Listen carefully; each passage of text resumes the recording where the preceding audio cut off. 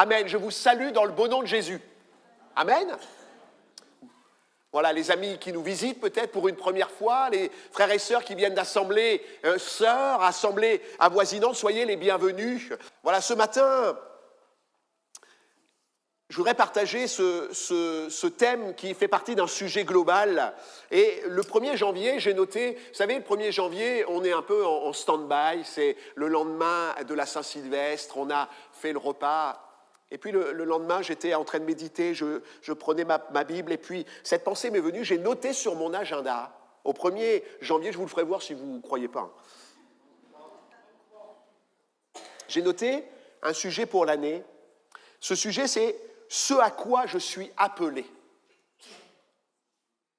Vous savez qu'en tant que chrétiens, nous sommes appelés au salut, appelés à bénir, il y a toutes sortes d'appels dans la Bible.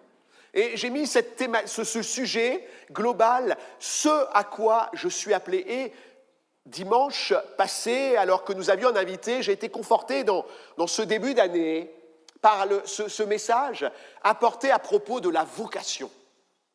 La vocation, cet appel par la voix, l'appel de Dieu, la vocation. Et il y a une pensée que je voudrais partager ce matin et qui s'inscrit dans ce sujet général, c'est mon appel face au mal, mon appel face au malin, mon appel face à l'ennemi de mon âme. Et j'ai intitulé ce message ce matin « Ne laissons pas la part belle au malin ». Ne laissons pas la part belle au malin. Vous savez que parfois, dès qu'il nous arrive quelque chose, c'est le diable. Ah, je vous fais sourire. Mais parfois, c'est ça en fait. C'est vrai que le malin a son action, mais il n'est pas non plus dans toutes les actions. Même s'il nous entoure, même s'il est là par des actions, des circonstances. Et je crois que nous avons un sauveur plus puissant que le diable, supérieur au malin. Et je voudrais introduire ce temps par 2 lectures. Genèse, chapitre 4, versets 6, 7. Ce ne sont que des versets d'introduction, mais ils nous serviront pour le développement. Genèse, chapitre 4, versets 6, 7.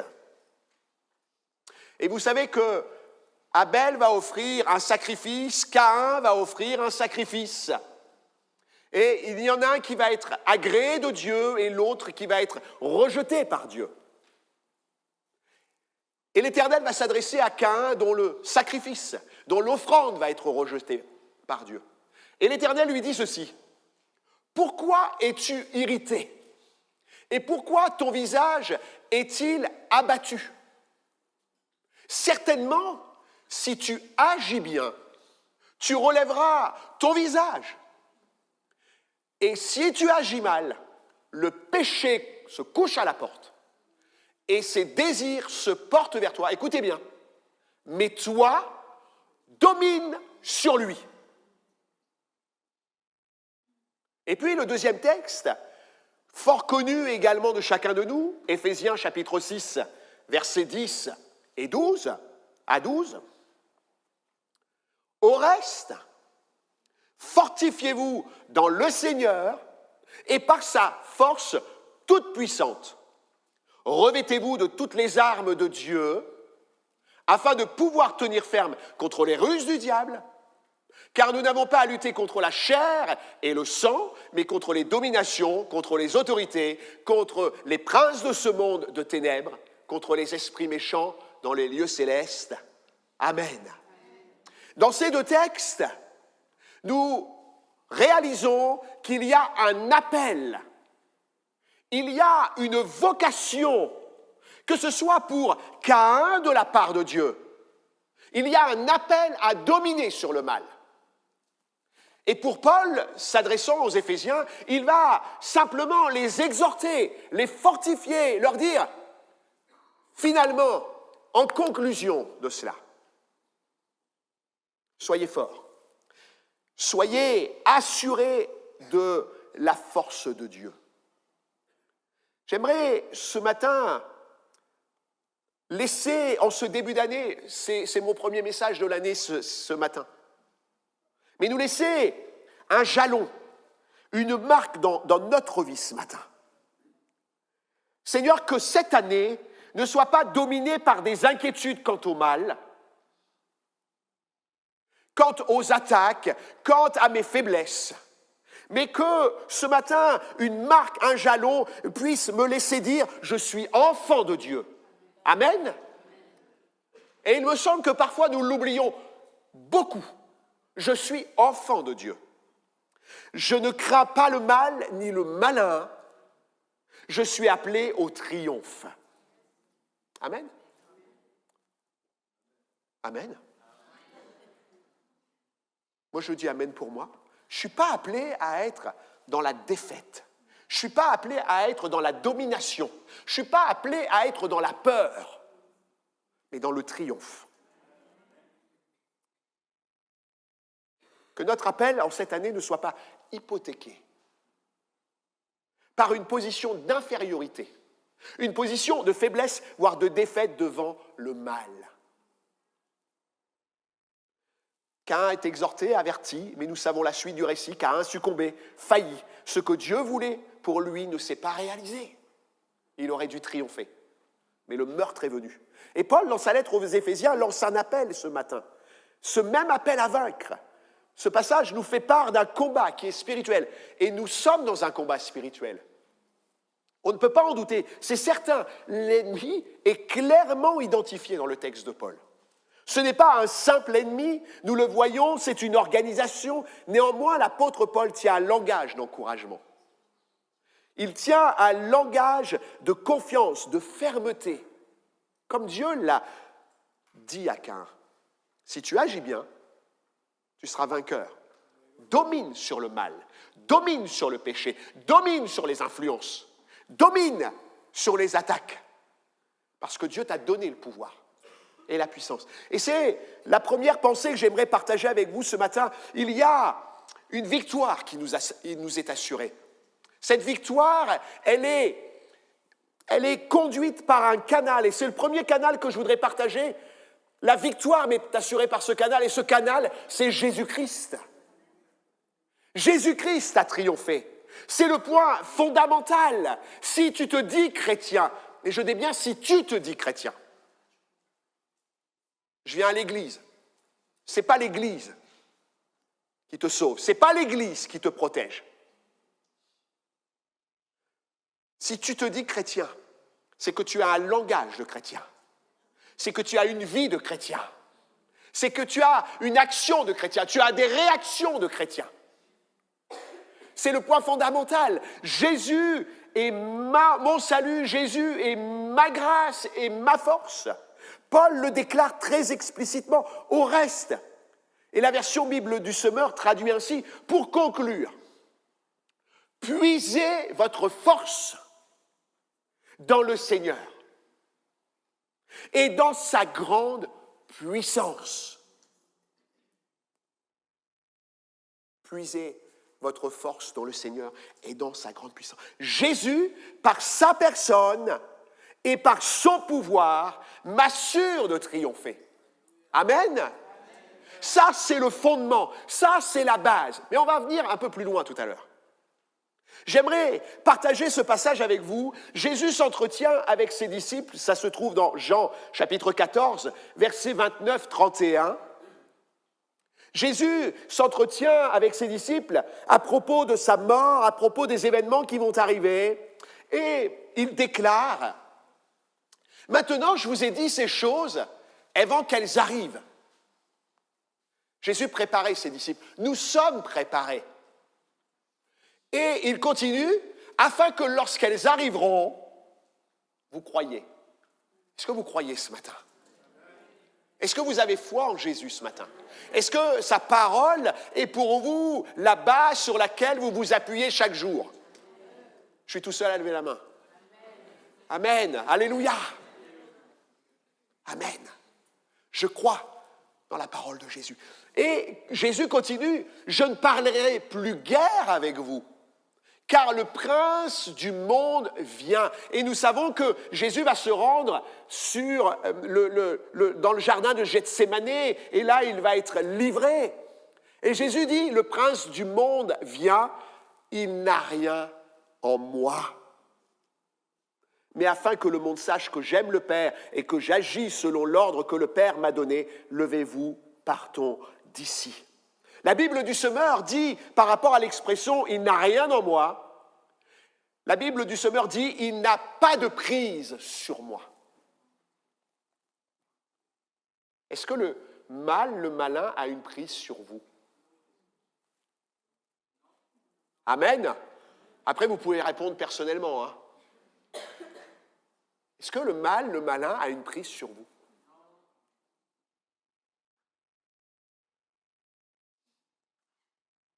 Les expressions « il n'a rien en moi », « il n'a pas de prise sur moi » font allusion à des attaches, à des liens. Qui a fait de l'escalade? Qui pratique l'escalade?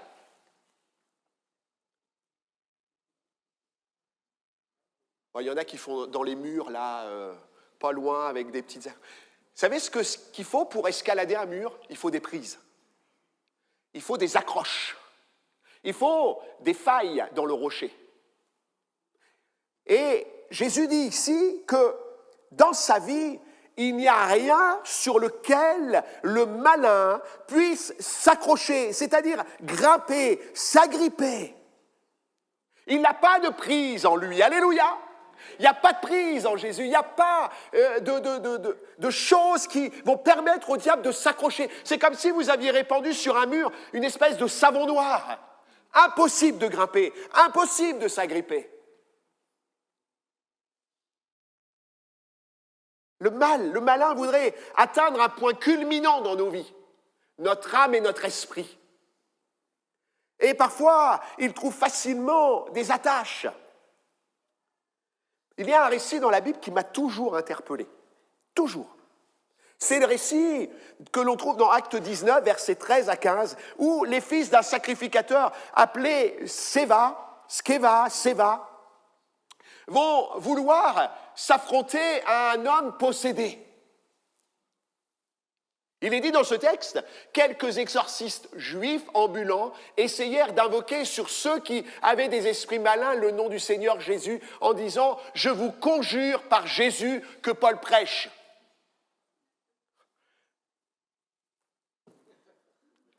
Les gars, ils parlaient de quelqu'un qu'ils ne connaissaient pas. Par Jésus que Paul prêche. Et ceux qui faisaient cela étaient 7 fils de Sceva, juifs, l'un des principaux sacrificateurs. Ils étaient quand même bercés dans l'Église, bercés dans la loi mosaïque, bercés dans les rituels juifs de l'époque. Ils connaissaient la tradition, ils connaissaient assurément Paul, qui prêchait l'Évangile, qui était sorti pour amener l'Évangile au peuple, aux nations païennes. L'esprit malin leur répondit, « Je connais Jésus, je sais qui est Paul, mais vous, qui êtes-vous » Le nom de Jésus est beau dans nos bouches, mais sa présence en nous est plus excellente. Je peux avoir le nom de Jésus. Je peux avoir les mots de la parole de Dieu. Mais ce qui compte avant tout, c'est Jésus dans ma vie. Le démon qui est là, l'esprit malin qui est là, connaissait Jésus. Et j'aime ça, il connaissait Jésus, il avait certainement déjà affronté face à face. Mais ce qui est intéressant ici, c'est « je sais qui est Paul ». Il savait que Paul était un homme de foi, un homme de sacrificature avec le Christ. Il y avait un contact avec lui. Et il n'était pas question pour eux de s'affronter à Paul parce qu'ils connaissaient son témoignage. Paul, qui est cité dans ce passage, nous laisse son témoignage. « J'ai été crucifié avec Christ, et si je vis, ce n'est plus moi qui vis. » Oh, alléluia! On comprend pourquoi le malin, on comprend pourquoi l'esprit malin n'avait rien en Paul, n'avait rien en Jésus. Mais que les gars là, qui ne connaissaient rien à la foi, ou qui avaient que le nom de Jésus, n'avaient aucune force, aucune puissance. Cette déclaration de Paul ici dans Galates chapitre 2 verset 20 est tellement importante car elle parle de l'identité de Paul. Il est enfant de Dieu. Ce n'est plus lui qui vit, c'est Christ qui vit en moi. Ce n'est plus l'homme charnel, ce n'est plus l'homme naturel, mais c'est l'homme spirituel en Jésus. Il n'y a plus d'accroche. Il n'y a plus d'aspérité. Mon frère, ma sœur, le point fondamental ce matin, c'est que Jésus est ta victoire. Si tu es enfant de Dieu, tu as triomphé. La peur ne doit pas te paralyser. Les attaques ne doivent pas t'impressionner. Et tu ne dois pas non plus interpréter ce que tu vois.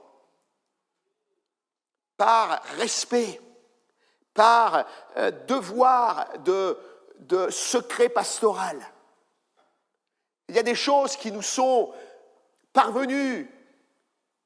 Il ne faut pas que nous soyons dans le mysticisme, dans l'inquiétude parce qu'on voit tel événement, on se dit c'est... Non! Tu as triomphé. Ne laisse pas des choses et circonstances te saisir de peur, t'empêcher d'avancer, te paralyser. Oui, le diable a son action, oui. Et ce n'est pas parce que je suis blanc que je ne crois pas au monde ténébreux. Non. Je renvoie la balle comme dit Gilbert. Non. Je me suis affronté aussi à des démons. Mais le diable n'a pas triomphé de nous. Nous sommes victorieux en Jésus.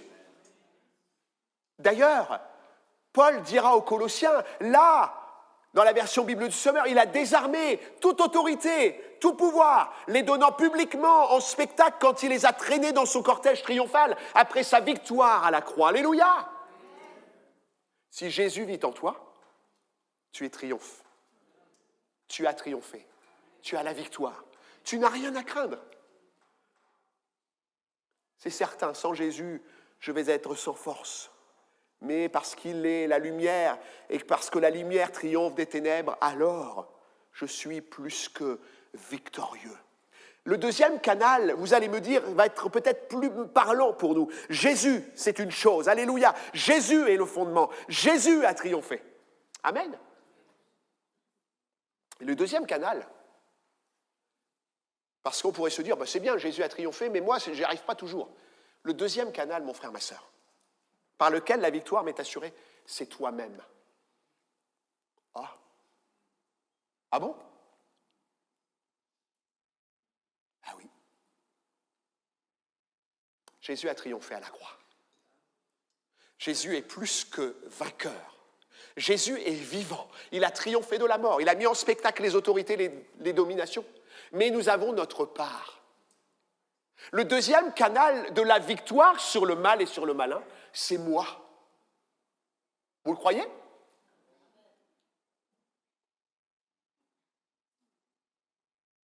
Jésus n'agit pas sans nous. Jésus n'est pas celui qui fait tout pour nous.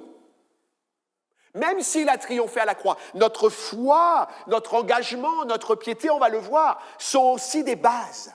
Paul dit, et nous l'avons lu tout à l'heure dans le verset d'introduction, « Revêtez-vous de toutes les armes. » Et puis il ajoute plus loin, « C'est pourquoi prenez toutes les armes de Dieu. » Il y a là une injonction, il y a une invitation à faire aussi notre part. Jésus, je compte sur toi. Ok, moi tu sais, il n'y a pas de problème, j'ai triomphé, nous dit Jésus. Moi, je n'ai pas peur du malin. Moi, je triomphe contre lui. Mais toi? L'apôtre, par ses injonctions, invite les chrétiens d'Éphèse à obéir, à prendre du temps dans la compréhension du contexte qu'ils vivent, les conseille, les exhorte. Et nous l'avons lu précédemment, les fils de Séva se sont présentés allègrement en pensant que tout irait bien. Et parfois, l'ignorance, la négligence les ont conduits à la défaite. J'ai ma propre responsabilité. Nous avons notre propre responsabilité face au mal et au malin. Je voudrais vous partager 3 postures dans ce deuxième canal. 3 postures à tenir. Jésus est là, établi, il est roi, il est avec nous, il marche avec nous, il est à nos côtés, il est présent. Mais il y a cette première posture qu'il me faut tenir. Jésus m'assure du triomphe, Jésus m'assure de la grâce, Jésus m'assure de sa protection. Mais j'ai noté ici, ma sanctification ferme la porte au diable. OK ? Ma sanctification ferme la porte au diable. Est-ce qu'on peut lire ce verset ensemble ? Éphésiens chapitre 4, versets 25, 27. « Oh Seigneur, tu es à mes côtés, mais moi je fais un peu n'importe quoi. Tu vas me protéger, mais je fais ce que je veux. » On a un appel ce matin, un appel à la maturité, un appel à la vocation, un appel à avoir cette victoire. Ma sanctification ferme la porte au diable. C'est pourquoi, dira Paul toujours aux Éphésiens, oh là là, aïe aïe aïe, renoncer au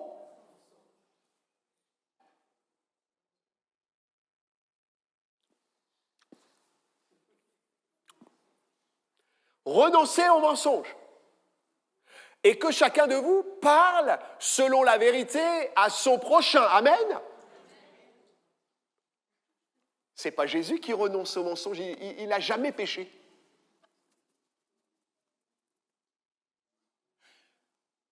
Car nous sommes membres les uns les autres. On continue ? Si vous vous mettez en colère, qui ne se met jamais en colère ?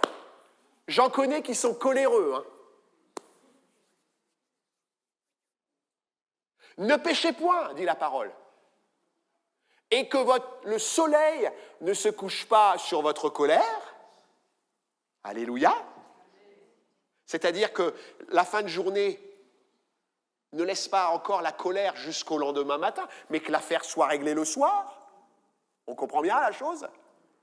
Et que la lumière reste, que les ténèbres ne viennent pas finalement clore ça et rester dans un monde ténébreux, mais que la lumière reste et que ça soit réglé. Et j'aime ça là. Ouh. Ne donnez pas accès au diable. Ma sanctification ferme l'accès au diable. Amen. Jésus sauve. Vous connaissez ce chant ? Jésus libère. Jésus baptise de l'Esprit. Jésus revient. Amen. Mais toi, tu as ta part. Mais si je laisse, comme le dit Paul, du mensonge, du péché, le diable va trouver un terrain intéressant. Un terrain où il va être conforté. Le mal va pouvoir m'atteindre plus facilement. Parce que c'est comme si j'avais préparé un petit coussin. On a un chat à la maison, c'est le chat de notre fille. Il est un peu spécial, ce chat-là. C'est un siamois qui est tout blanc, on l'appelle Snow. Il a des yeux bleus, il louche à moitié. Et il est spécial parce que il vient que lorsqu'il a son petit coussin, il a son plaid, parce que sinon il ne vient pas. Il faut lui préparer. Et le diable, il est pareil. Quand il y a un terrain préparé, quand il y a un lieu où il se sent bien, il se frotte les mains. Il trouve des aspérités. Il trouve des prises dans ma vie, dans l'Église. Le grec ici ne donnait pas accès, ne donnait pas des topos, ne donnait pas des lieux où le diable va pouvoir s'accrocher.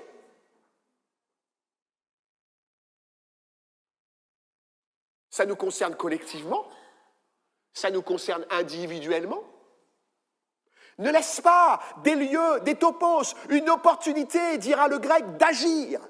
de prendre pouvoir, de s'installer, de dominer. Jésus est là pourtant, mais tu laisses la place. Jésus est là, c'est le canal de la victoire, mais tu as laissé la place.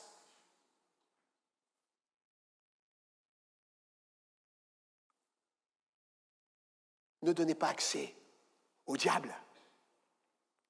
Paul, dans le texte, cite le mensonge, le péché suite à la colère, mais j'ai noté la susceptibilité.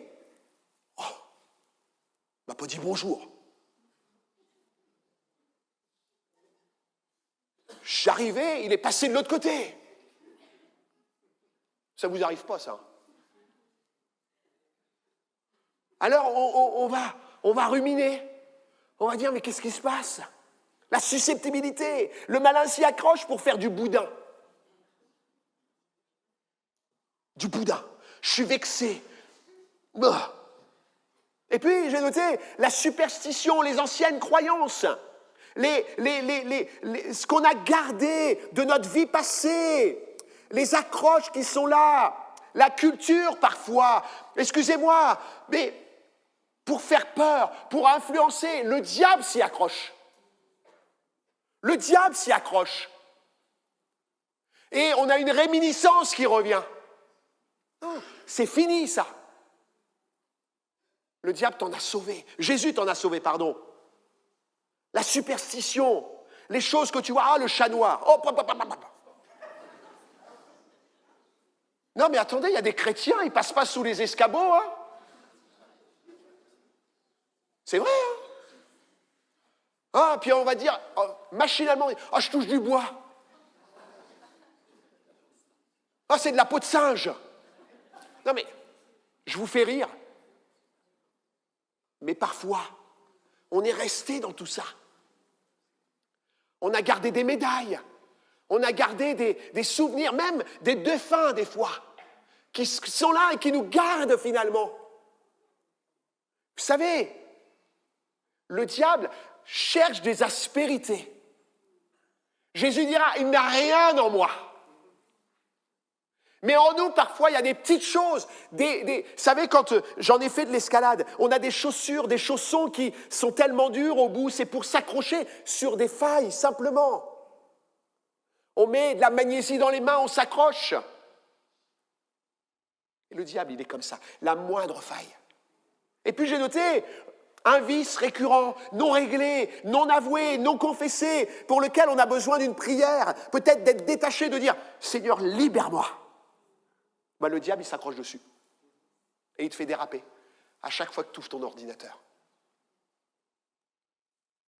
À chaque fois que tu ouvres ta télé. Qui conduit à la défaite. Et cette défaite t'amène le dimanche matin à dire « Non, je ne prends pas la scène parce que je suis tombé ». Et cette défaite t'accuse. Et alors tu prends du recul avec l'Église parce que tu te dis « Non, je ne suis pas parfait ». Tu vas en arrière, parce que ce n'est pas réglé, parce que tu n'as pas laissé les choses, ou te décourage quant à la foi. Et puis j'ai noté l'orgueil, qui nous pousse à la critique. Le diable, il aime bien. Parce que dans l'orgueil, il va dire « Oh, bah ouais, lui, je ne sais pas ce qu'il fait là, et moi, je prêche mieux que lui. Et puis, je chante mieux qu'elle. Et puis, je fais les choses mieux. » Tout ça, le diable, il s'accroche pour nous faire tomber. Pour nous mettre des paroles. Le manque de pardon, l'orgueil, parce qu'on ne veut pas s'abaisser, nous entraîne à ne pas pardonner. Paul dira aux Corinthiens, « Or, à qui vous pardonnez, je pardonne aussi. » Vous vous rendez compte que mon pardon libère le pardon pour un autre? Et puis, il continue, ce que j'ai pardonné, si j'ai pardonné quelque chose, c'est à cause de vous en présence de Christ, dira Paul, afin de ne pas laisser à Satan l'avantage. Quand je ne pardonne pas à quelqu'un qui a fauté, Dieu ne le pardonne pas, mais en plus il laisse l'avantage, finalement, au malin pour encore détruire davantage. Vous avez compris le système? C'est-à-dire qu'une vie qui est déjà cassée, qui est déjà brisée, si je ne la pardonne pas, alors que Dieu me demande de pardonner, eh bien, le Seigneur ne va pas le faire à cause de moi, mais en plus, il y a l'avantage sur le diable qui va encore détruire. Vous voyez les conséquences? J'ai besoin d'aller plus loin. Viens m'aider à mettre ces lieux propres, Seigneur. Tu es ma victoire. Tu es ma victoire. Mais j'ai aussi ma part dans ce combat. Amen. Dieu ne travaille pas sans nous. Et puis, la deuxième posture que j'ai notée, c'est ma soumission à Christ me donne son autorité. On peut lire Jacques chapitre 4, verset 7. Soumettez-vous donc à Dieu. Amen. Résistez au diable et il fuira loin de vous. Il n'est pas dit résistez au diable et il fuira loin de vous. Je crois que le Saint-Esprit a inspiré toute la parole de Dieu. 2 Timothée 3, 16.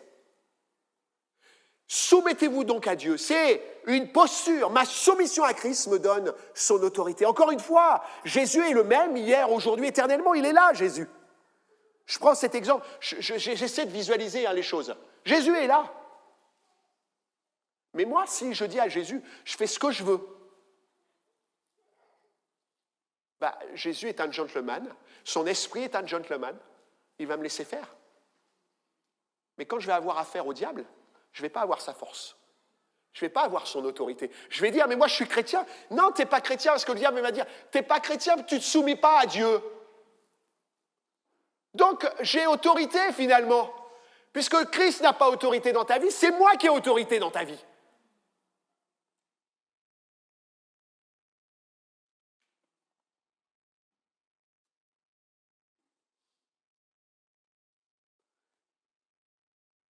Saint-Esprit me dit, au travers de son serviteur, tu es au bénéfice de ma force dans la mesure où j'ai l'autorité dans ta vie.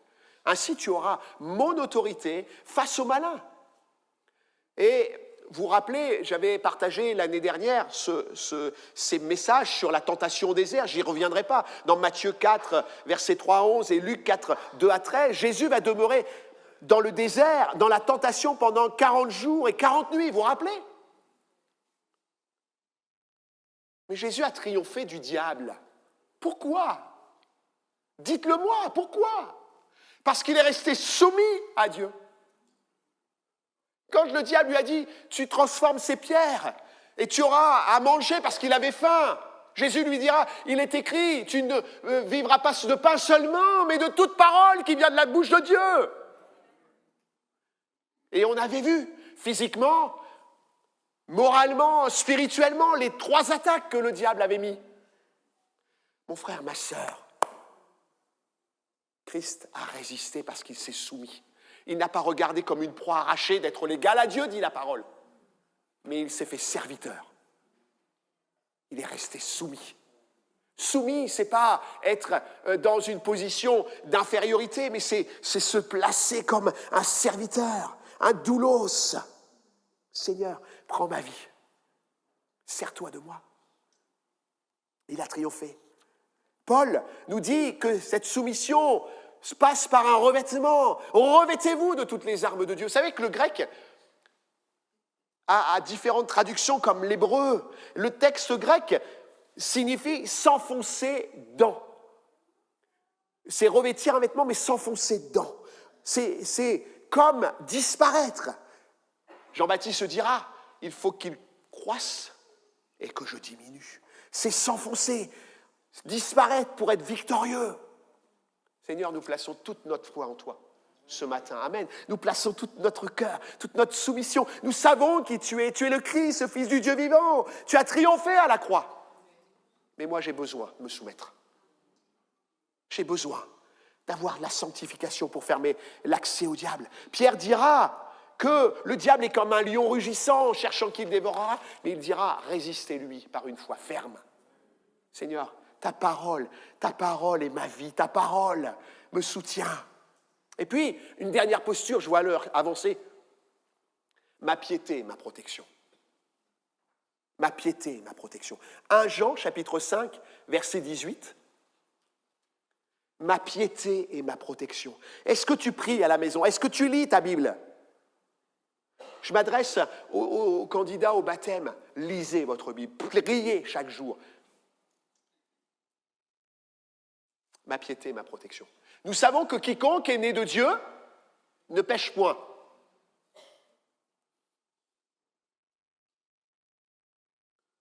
Et quand il a péché, il est pardonné.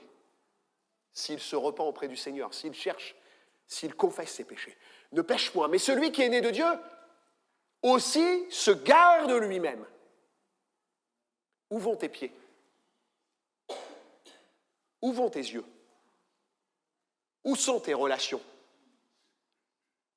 Et le malin ne le touche pas. Ma piété est ma protection. Ma piété, c'est quoi? Ma piété, c'est vivre l'amour de Dieu, me consacrer à Christ, lire sa parole, l'aimer, le prier. C'est avoir ce respect, cet honneur de Christ. C'est ma dévotion. C'est ça la piété. C'est pas une fois dans la semaine, c'est pas simplement à venir aux réunions. Seigneur, je viens. Tu es ma force, et quand arrive un coup du malin, des tentations venant du diable, vous savez, il met des pots de banane. Non. Jésus nous dira, tu parles de moi, tu viens, mais quelle est ta vie chaque jour? Je ne voudrais pas être désagréable par ce que je dis, mais parfois, on tombe parce qu'on n'a pas entretenu notre relation avec Dieu. On n'a pas entretenu notre prière avec Dieu. On n'a pas entretenu la lecture. On n'a pas cherché sa face dans une décision. Nous voyons que le sens est similaire ici. Il ne touche pas. S'il n'y a pas de vigilance, s'il y a un risque de trouble, de pollution, il garde son cœur. C'est le Proverbe chapitre 4, verset 23 qui dit ceci, « Garde ton cœur plus que toute autre chose, car de lui viennent les sources de la vie. » Celui qui est né de Dieu se garde. Et le proverbe dit, il garde son cœur plus que toute autre chose. Parce qu'il y a un risque de trouble, de pollution. Quand Jean dit ne le touche pas, le verbe grec dit ne s'attache pas, ne s'adhère pas. Il y a encore des petites aspérités. Là, c'est tout lisse, ça. Hein, on peut s'accrocher là, ça ne va pas tenir. Hein. Mais il y a des choses où on peut s'accrocher. Et nous retrouvons l'image partagée au début de ce message où Jésus n'a pas de prise. Si tu es né de Jésus, de Christ, qui est né de Dieu, si tu te gardes toi-même, alors le diable n'a pas d'accroche, n'a pas d'aspérité. Ma piété, mon respect, l'honneur de Dieu. Et je vous lis simplement ce verset de Pierre, de 2 Pierre, chapitre 1er, verset 3-4, qui dit ceci. Sa divine puissance nous a donné tout ce qui contribue à la vie et à la piété.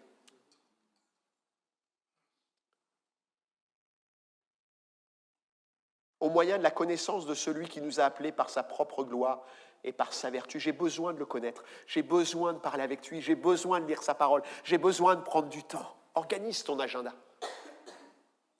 Lesquels nous assurent de sa part les plus grandes et les plus précieuses promesses, afin que par elles, vous deveniez participants de la nature divine.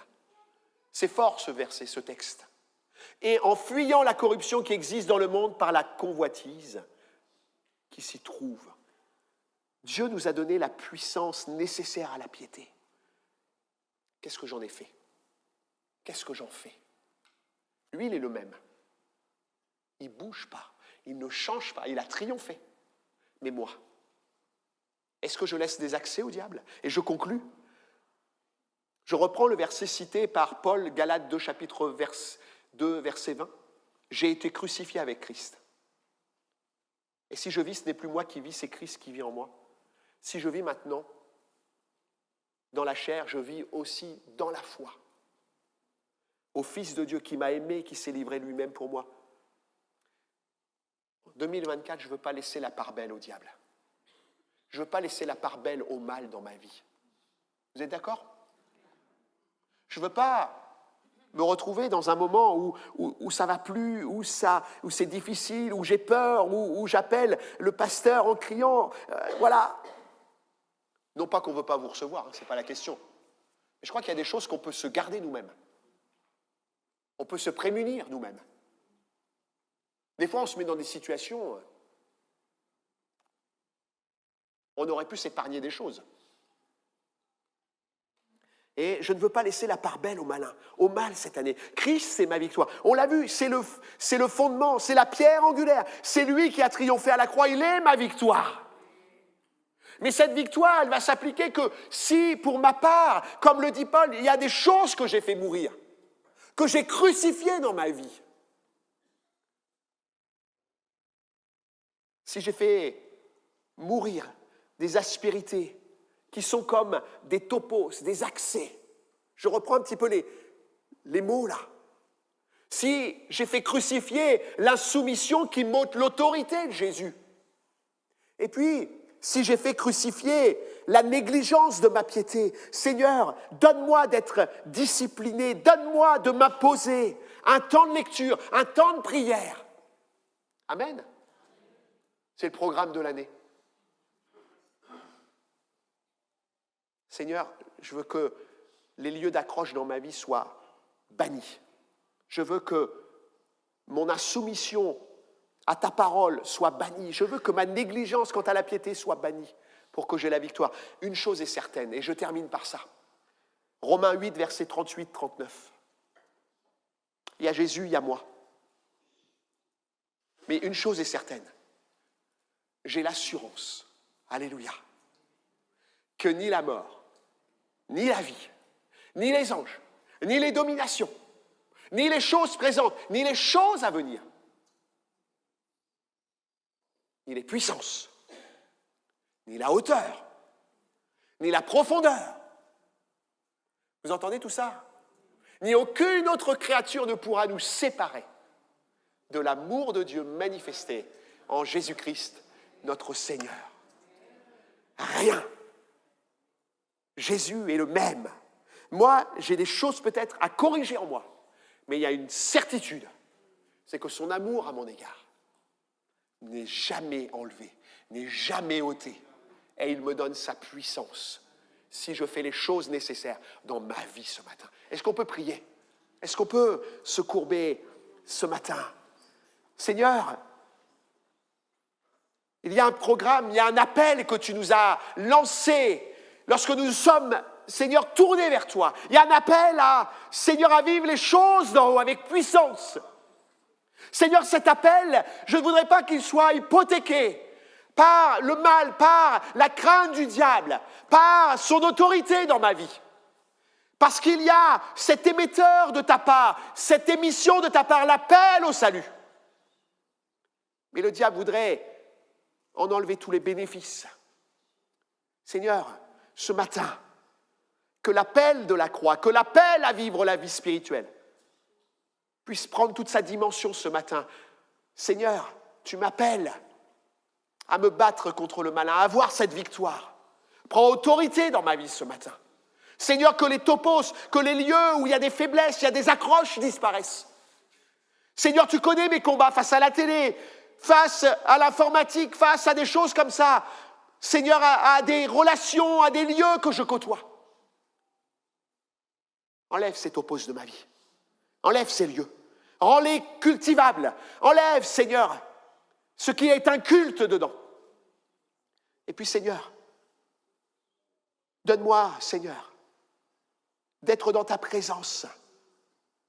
Dans, Seigneur, la soumission. Seigneur, que ton autorité fasse autorité dans ma vie. Que ton autorité, par délégation, me donne de combattre le malin. Seigneur, que la soumission à ta parole soit forte dans ma vie. Et puis, Seigneur, accorde-moi d'avoir une piété qui me protège, qui m'instruit, qui me fasse voir, me fasse discerner les choses. Par la prière, par la lecture de ta parole, par ta présence, par ton esprit en moi, par le parler en langue dans ma vie, qui m'édifie. Seigneur, que ces trois postures soient en corrélation avec la personne que tu es. Tu es victorieux, tu es le triomphe de ma vie. Mais que ces trois postures s'allient ensemble pour que je sois fort en cette année. Et que l'appel que tu m'as annoncé, que l'appel que tu m'as pourvu, ne soit pas détruit, ne soit pas anéanti, ne soit pas affaibli. Parce que le diable aura pris, le mal aura pris de la force dans ma vie. Père, que l'appel, la vocation